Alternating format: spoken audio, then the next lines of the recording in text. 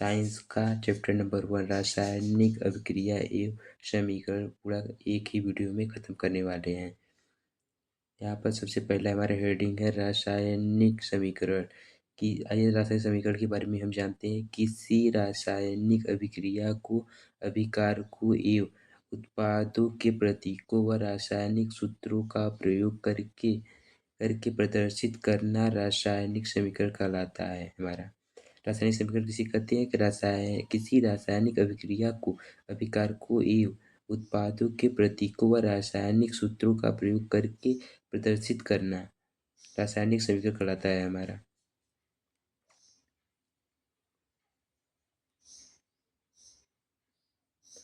जैसे यहाँ पर उदाहरण के लिए हम देख लेते हैं, जैसे में हमारा है Zn प्लस H2SO4 या जब हम Zn प्लस H2SO4 आपस में विक्रिया कर हमारा ZnSO4 प्लस H2O बनाते हैं।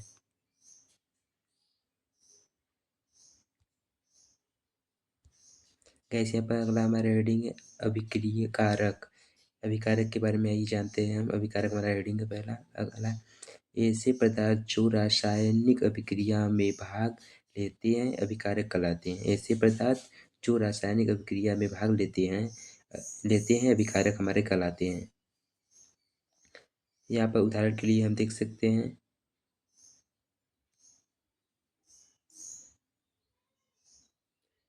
जैसे में हम देख सकते हैं यहाँ पर हमारा जैसे में Zn प्लस H2SO4 जब Zn प्लस H2SO4 जब आपस में हमारा क्रिया करते हैं तो हमारा ZnSO4 प्लस H2 प्राप्त होता है हमें। तो यहाँ पर देख सकते हैं, यहाँ पर Zn प्लस H2SO4 हमारा क्या है, अभिकारक है। आइए हम लोग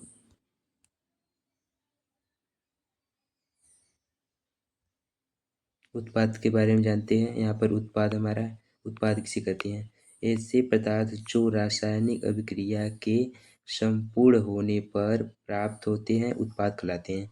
ऐसे पदार्थ जो रासायनिक अभिक्रिया के संपूर्ण होने पर प्राप्त होते हैं हमारा उत्पाद कहलाते हैं। जैसे में हम देख सकते हैं Zn प्लस H2SO4 जब हम आपस में क्रिया कराते हैं तो हमारा क्या बनता है, यहाँ पर ZnSO4 प्लस H2 प्राप्त होता है। जो हमें प्राप्त होता है उसे हमें उत्पाद कहते हैं।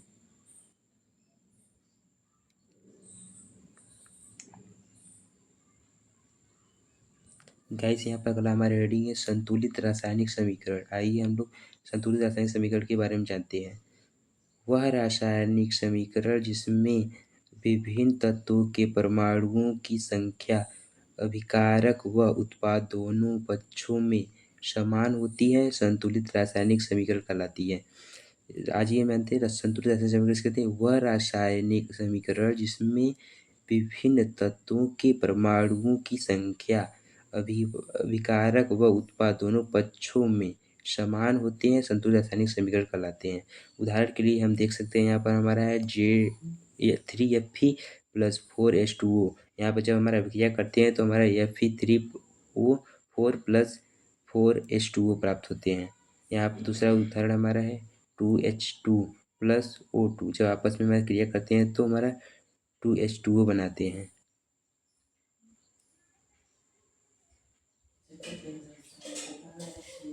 गैस यहाँ पर हमारा अगला हेडिंग है रासायनिक अभिक्रिया के प्रकार। यहाँ पर हमारा अगला हेडिंग क्या है, रासायनिक अभिक्रिया के प्रकार। आइए रासायनिक अभिक्रिया के बारे में हम जानते हैं। रासायनिक अभिक्रिया निम्न प्रकार की होती हैं। हमारा रासायनिक अभिक्रिया क्या होती है, निम्न प्रकार की होती है।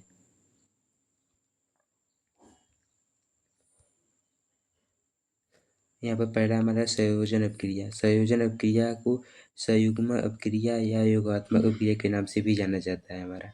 दूसरा हमारा है वियोजन अभिक्रिया।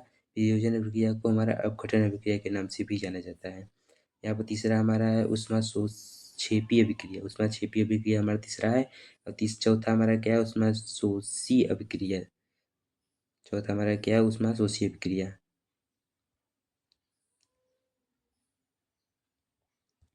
यहाँ पर 5वां नंबर हमारा यहाँ पर है विस्थापन अभिक्रिया। यहाँ पर वेरी इंपॉर्टेंट है विस्थापन अभिक्रिया, जो कि हर ही पेपर में पूछा जाता है। यहाँ पर हमारा छठा है द्विविस्थापन अभिक्रिया। यहाँ पर 7वां नंबर हमारा है उपचयन अभिक्रिया, ऑक्सीकरण अभिक्रिया के नाम से भी जाना जाता है। उपचयन अभिक्रिया को हमारा ऑक्सीकरण अभिक्रिया के नाम से भी जाना जाता है। यहाँ पर गाइस हमारा 8वां अभिक्रिया का नाम है उपचयन अभिक्रिया। उपचयन अभिक्रिया। और 9वां अभिक्रिया हमारा क्या है? रिडॉक्स अभिक्रिया। रिडॉक्स अभिक्रिया को उपचयन अपचयन अभिक्रिया के नाम से भी जाना जाता है हमारा। रिडॉक्स अभिक्रिया को हमारा किसके नाम से जाना जाता है? उपचयन और अपचयन के अभिक्रिया के नाम से भी जाना जाता है।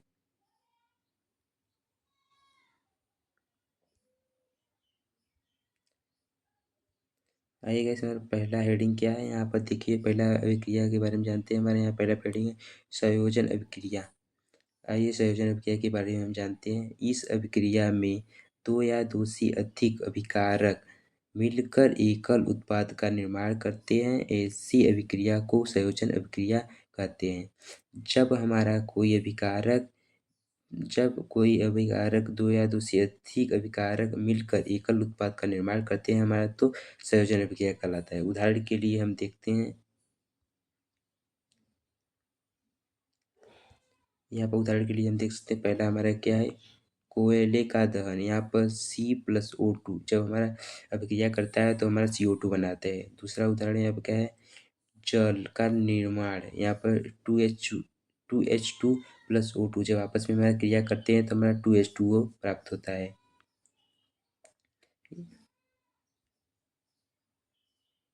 यहाँ पर तीसरा हमारा क्या है? तीसरा पॉइंट क्या है? गंधक का दहन। तीसरा उदाहरण हमारा है गंधक का दहन। यहाँ पर S+O2 जब आपस में अभिक्रिया करते हैं हमारा, तो SO2 प्राप्त होता है हमें। अगला हमारे यहाँ पे चौथा उदाहरण क्या है? कैल्शियम हाइड्रोक्साइड का निर्माण। जब हमारा CaO+H2 जब आपस में क्रिया करते हैं हमारा, तो हमारा Ca में OH ट्वाइस प्राप्त होता है हमारा।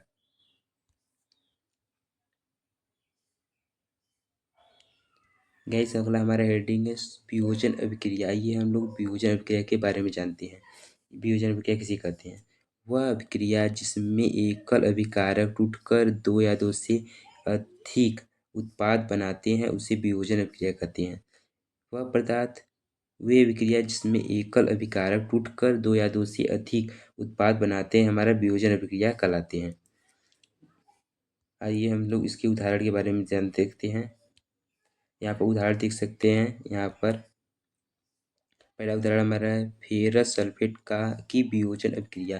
फेरस सल्फेट का वियोजन अभिक्रिया हमारा है। यहाँ पर दूसरा पहले तो यहाँ देखते हैं 2FeSO4 जब वियोजित होता है तो हमारा Fe2O3 + SO2 + SO3 में वियोजित हो जाता है हमारा। दूसरा हमारा क्या है? कैल्शियम कार्बोनेट की वियोजन अभिक्रिया। यहाँ पर CaCO3 जब टूटता है हमारा, तो CaO+CO2 में विघटित हो जाता है। यहाँ पर तीसरा हमारा क्या है? सिल्वर ब्रोमाइड भी एक प्रकार के हमारा क्या है? वियोजन अभिक्रिया। सिल्वर ब्रोमाइड हमारा भी एक प्रकार का वियोजन अभिक्रिया है। यहाँ पे देखते हैं 2AgBr जब टूटता वियोजित होता है तो हमारा 2Ag+Br2 के रूप में टूटता है हमारा। इस अभिक्रिया का उपयोग श्याम श्वेत फोटोग्राफी के में भी किया जाता है हमारा।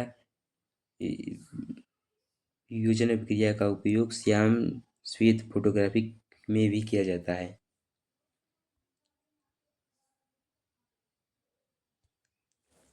गाइस हमारा अगला हेडिंग है ऊष्माक्षेपी अभिक्रिया। ये ऊष्माक्षेपी अभिक्रिया के बारे में हम जानते हैं।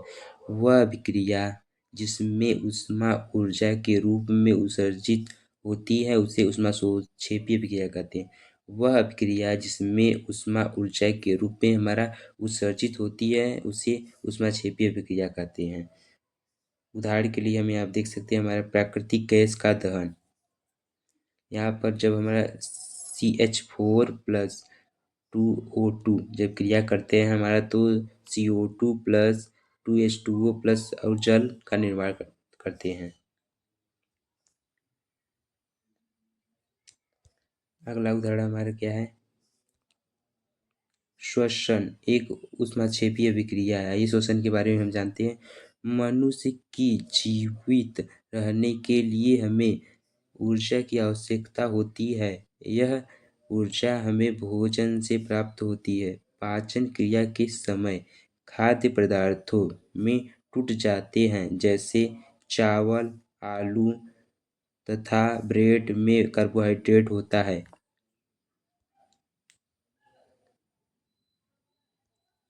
कार्बोहाइड्रेट के टूटने से ग्लूकोज प्राप्त होता है। यह ग्लूकोज हमारे शरीर के कोशिकाओं में उपस्थित ऑक्सीजन से मिलकर हमें ऊर्जा प्रदान करते हैं। इस अभिक्रिया का नाम श्वसन है।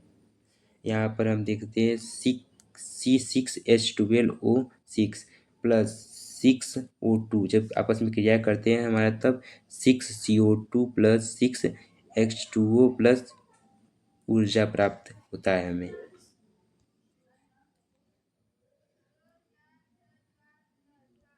यहाँ पर तीसरा हमारा उदाहरण क्या है? शाक सब्जियों का विघटित होकर कंपोस्ट बनाना भी ऊष्माक्षेपी अभिक्रिया का उदाहरण होता है हमारा।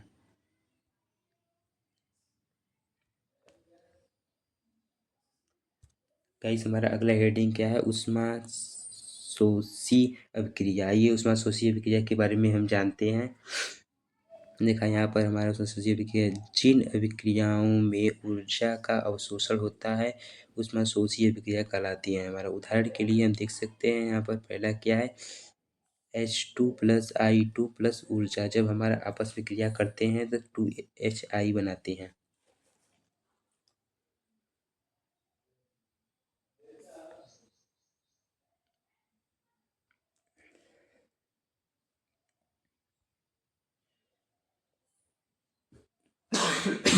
Sorry guys.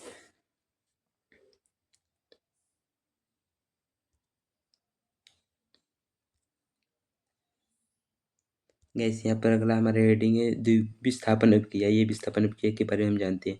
ऐसी अभिक्रिया जिसमें किसी यौगिक के अणुओं के किसी एक परमाणु अथवा समूह के स्थान पर कोई दूसरा परमाणु अथवा समूह आ जाता है, विस्थापन अभिक्रिया कहलाता है।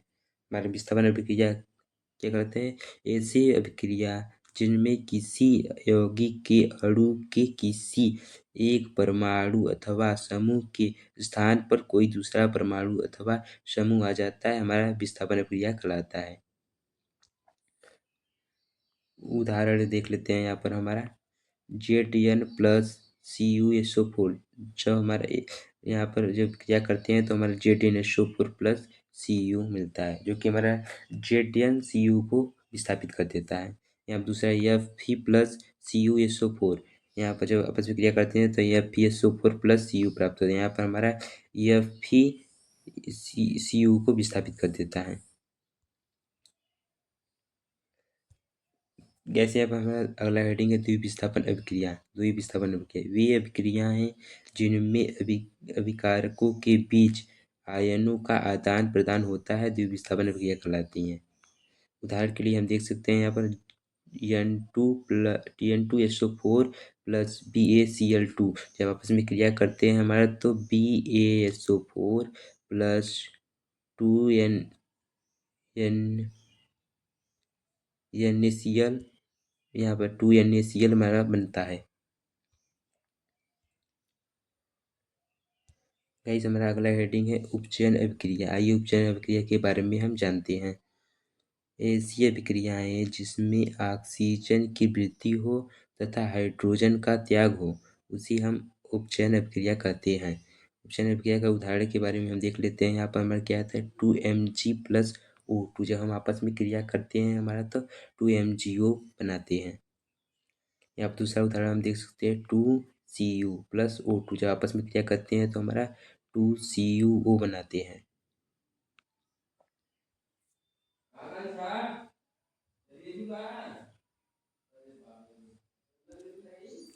अगला हमारे हेडिंग है गाइस अपचयन अभिक्रिया। आइए अपचयन अभिक्रिया के बारे में जानते हैं। ऐसी अभिक्रियाएं जिसमें हाइड्रोजन की वृद्धि हो तथा ऑक्सीजन का त्याग हो उसे अपचयन अभिक्रिया कहते हैं। उदाहरण के लिए हम देख सकते हैं CuO प्लस O2 जब आपस में हमारा क्रिया करते हैं तो Cu प्लस H2O बनाते हैं।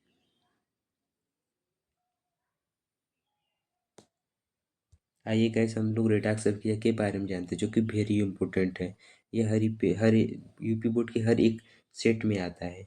जो कि वेरी इंपॉर्टेंट क्वेश्चन है, इसे आप लोग याद जरूर कर लीजिएगा। यहाँ पर हम देखते हैं जिन रासायनिक अभिक्रियाओं में उपचयन तथा अपचयन अभिक्रियाएं साथ साथ होती हैं रेडॉक्स अभिक्रिया कहलाती हैं।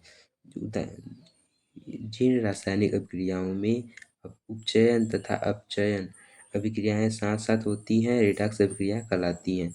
उदाहरण के लिए हम देख सकते हैं CuO प्लस H2 जब आपस में क्रिया करते हैं हमारा, तो Cu प्लस H2O बनाते हैं। यहाँ पर हमारा क्या है, अपचयन। यहाँ पर CuO का अपचयन होता है और H2 का हमारा उपचयन होता है। आइए हम देखते हैं हमारे दैनिक जीवन में उपचयन अभिक्रियाओं के प्रभाव। यहाँ पर पहला हमारा है संक्षारण।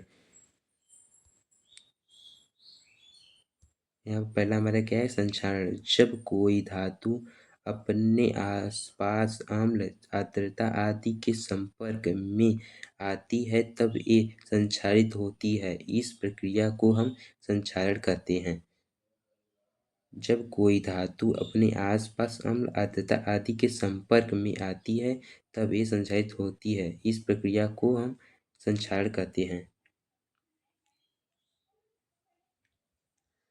उदाहरण के लिए हम देख सकते हैं यहाँ पर हमारा चांदी के ऊपर काली परत, तांबे के ऊपर हरी परत चढ़ना, यहाँ पर क्या है वो लोहे पर जंग लगना, ये सब हमारे क्या है, संक्षारण की उदाहरण है।